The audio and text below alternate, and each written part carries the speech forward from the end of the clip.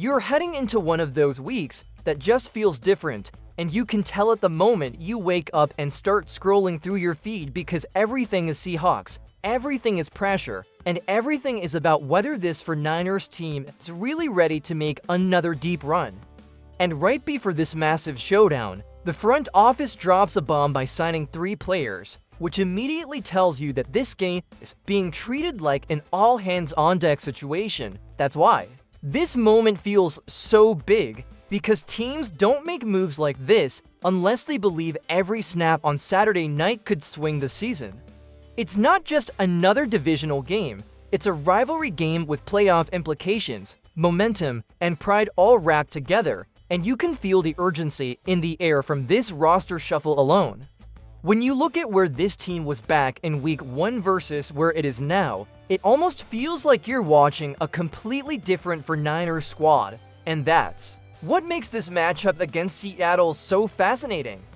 Back then, this team was still figuring out its identity, still dealing with early season chemistry issues, and still trying to stay healthy. Now, you're staring at a roster that has been through injuries, adversity, comebacks, and statement wins, and you can see how hardened this group has become. So when John Lynch goes out and adds 3 new players right before this game, it's not random, it's strategic, and it's about making sure Kyle Shanahan has every possible option available when this thing turns into a fight. Before we dive into who these players are and why they matter, I want to hear from you directly because this game means something different to every 49ers fan. Do you think this is the biggest Seahawks game the Niners have played in the last few years, yes or no? Drop that in the comments, and while you're there, make sure you're subscribed because this channel is on a push to hit 1,000 subscribers, and every single new sub helps this community grow as we cover every roster move, every injury update, and every playoff moment together. And if you're hyped for this rivalry and you want to see San Francisco send Seattle home, go ahead and tap that like button because it lets me know you're locked in for what's coming. What makes this even crazier is that these moves weren't made weeks ago. They weren't made after a loss. They were made right now, right before the Seahawks game, which tells you the front office is reacting to the current reality of this roster. Injuries have piled up, roles have changed, and the margin for error is thinner than ever, so the 49ers are making sure they aren't caught short-handed in a game that could define the entire postseason.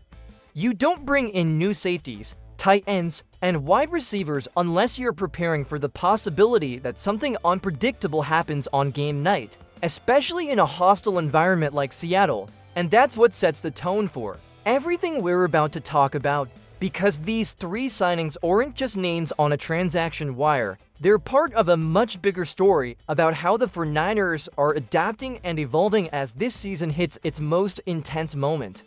You're about to see why each of these moves was made, how they fit into the injuries and scheme, and why they could quietly play a role in how this game unfolds. Stick with me here, because once you see how these pieces come together, it's going to completely change the way you look at this Seahawks matchup. Let's break down exactly who just walked through the door and why these signings could end up meaning a lot more than they look like on the surface. Because when you bring in 3 players right before a game like this, it's never just about filling space on a roster. The 49ers signed safety Darrick Forrest, tight end Hayden Rucci, and wide receiver Colton Dow, and each one of those moves connects directly to something this team is dealing with right now. This isn't coincidence, it's response, and it starts with the fact that the Niners are a little thin in some very important spots heading into Seattle. Darrick Forrest is the one that jumps off the screen first because the safety position has suddenly become a real concern. He's 26 years old, built like a modern NFL safety, and he can flat out fly, which matters a lot when you're dealing with a Seahawks offense that wants to stretch the field and force mistakes. Forrest ran in the low 4 for South. He has elite explosiveness numbers, and he comes from a winning background at Cincinnati where he played with guys who turned into legitimate NFL starters. That experience matters because he's not walking into this blind. He knows what big games feel like, and he's already been in the league long enough to understand how fast everything moves. With injuries at safety and uncertainty around who will be available, Forrest gives San Francisco a reliable, athletic insurance policy that could very easily get elevated for game day. Then you look at Hayden Rucci, and you immediately understand why this move was made. The 49ers lost George Kittle to a torn Achilles, and that's not something you just replace, but you still have to keep the offense functional. Rucci is a big, physical tight end, the kind of guy who fits the old-school Big Ten mold, and that actually fits well into what Kyle Shanahan likes to do. He's not going to outrun defensive backs, but he can block, he can catch underneath, and he can keep the offense on schedule. What makes this even more interesting is that he's already been in a system connected to Mike McDaniel, which means he won't be completely lost when it comes to the terminology and concepts. In a week where timing and communication matter, that familiarity could be a quiet advantage. Colton Dow is the long-term upside play, and this is the kind of move the 49ers love to make. He's big, explosive, and insanely athletic with numbers that jump. Off the page, a wide receiver that size who can run in the 4-point for seconds and jump out of the gym is exactly the kind of developmental piece this front office likes to stash away. He's on a future deal, so he's not playing this week, but he's a reminder that even while preparing for a playoff game, this team is still building for what comes next. Out of these three, which signing do you like the most, Forrest, Rucci, or Dow?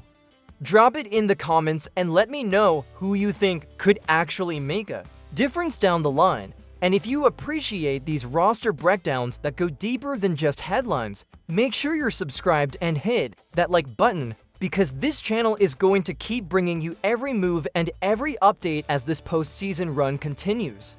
Now, when you zoom out and look at the big picture, these signings make even more sense once you realize just how different this 49ers roster looks compared to the last time they saw Seattle when you go back to that first meeting with the Seahawks and compare it to what you're about to see now. It almost feels like you're watching two completely different teams wearing the same jerseys. The 49ers that walked into Seattle back in Week 1 had a very specific group of starters, a very specific identity, and a very specific plan. But injuries, roster changes, and unexpected breakout performances have completely reshaped this team since then. That's why this rematch is so intriguing, because Seattle isn't getting the same version of San Francisco they saw earlier in the season. On offense alone, the changes are dramatic. You had Brock Purdy under center, George Kittle at tight end, Christian McCaffrey in the backfield, Kyle Juszczyk at fullback, and a wide receiver group that doesn't even exist anymore in the same way. Marquez Valdes-Scantling and Russell Gage were playing real snaps in that first matchup, and now they're gone. Kendrick Bourne and Malik Turner weren't even on the roster then, and now they're part of the rotation. That's a huge shift in chemistry, timing, and how the ball gets distributed. Even the offensive line has been in flux, with injuries forcing players in and out, which changes how Shanahan can call the game. The biggest loss from that Week 1 lineup is George Kittle, and there's no sugarcoating what that means. He's one of the emotional engines of this offense, and not having him forces everyone else to elevate their play. That's why moves like bringing in Hayden Rucci and elevating Braden Willis matter, because even if they don't replace Kittle's star power, they have to keep the structure of the offense intact. Defensively, the transformation is even more striking. The defensive line that Seattle saw earlier in the season is not the one they're about to face now. Nick Bosa and Mike Williams are both out, which hurts, but it's also forced young players like Alfred Collins and CJ West to step up in a major way. These rookies barely played in that first Seahawks game, and now they're focal points of the rotation after making real impacts against Philadelphia. That's a massive difference in how this front looks and how it attacks the line of scrimmage. The linebacker and secondary situation has shifted too, with injuries pushing new faces into big roles. Malik Mustafa is now part of the safety mix, Maris Seigel has taken on more responsibility, and the unit has had to grow up fast. This isn't the same defense Seattle prepared for the first time, and that creates opportunities for San Francisco to surprise them with different looks and different personnel. Do you think this current version of the 49ers is better than the one that played Seattle in Week 1? Yes or no? Let me know in the comments, and while you're there, don't forget to subscribe so you don't miss anything as this playoff run unfolds. And make sure you like this video if you're confident this new-look roster can get the job done. All of these changes lead directly into the next big piece of this story, which is how much of this turnaround is driven by Kyle Shanahan and the impact of having Trent Williams back on the field. This is where everything really starts to connect, because when you talk about why this 49ers team still feels dangerous no matter who's missing, it always comes back to Kyle Shanahan and Trent Williams. Those two are the foundation of what San Francisco does, and you can see it in the way this team adapts when things get chaotic. With Mike Tomlin stepping down, Shanahan is now one of the longest tenured head coaches in the entire NFL, which is wild when you think about how quickly this league chews people up. He took over a broken franchise, turned it into a perennial contender, and has built a culture where players believe they can win any game no matter the circumstances. Shanahan's playoff track record speaks for itself, with multiple deep runs and signature wins that prove his system works when it matters most, even without a super Bowl ring yet. He's shown that he can outcoach just about anyone on any given Sunday, and that's why this team always feels like it has a puncher's chance.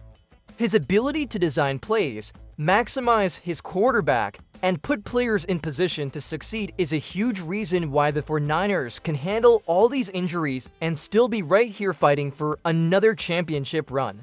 And then there's Trent Williams, who might honestly be the most important player on this entire roster. The numbers don't lie, because when he's on the field, the 49ers win at a completely different rate than when he's not. He doesn't just block his man, he changes how defenses have to line up, and he makes everyone else on that offensive line better just by being out there. You saw it against the Eagles when he came back and immediately stabilized everything, giving Brock Purdy time to throw and opening up running lanes that simply didn't exist before. Even against Seattle, the contrast is clear when the Niners ran behind Trent Williams earlier in the season. The run game was efficient and explosive. Without him, it slowed to a crawl. That's not a coincidence. That's the impact of having a future Hall of Famer at left tackle who can take over a game without ever touching the ball. So heading into this Seahawks matchup, his presence alone changes the math for Seattle's defense and gives San Francisco a real advantage. Do you think Trent Williams is the true MVP of this team? Yes or no? Let me know what you think in the comments, and make sure you like this video if you believe his return is the difference in this game. And if you want to stay locked in for every update as this run continues, hit that subscribe button so we can keep building toward that 1,000 subscriber goal together. All of this momentum leads into the final piece of this story, which is what's happening with Robert Saleh and Fred Warner as this team tries to push even further.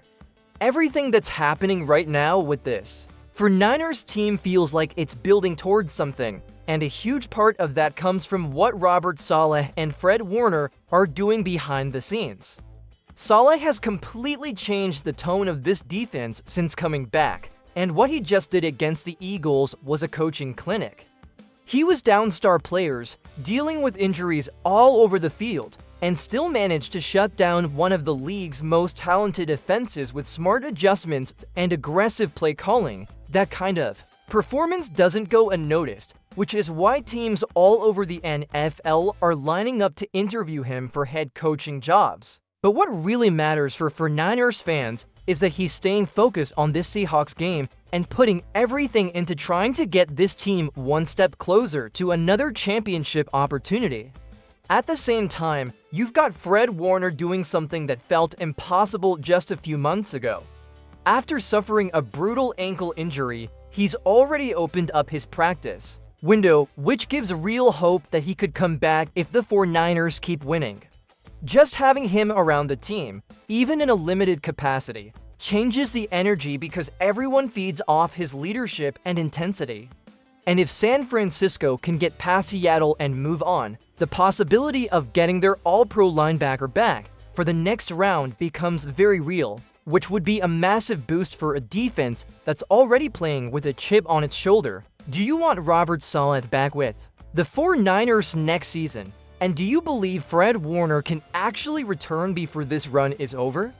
Drop your thoughts in the comments, and while you're there, make sure you're subscribed and hit that like button so you don't miss anything as this story continues to unfold.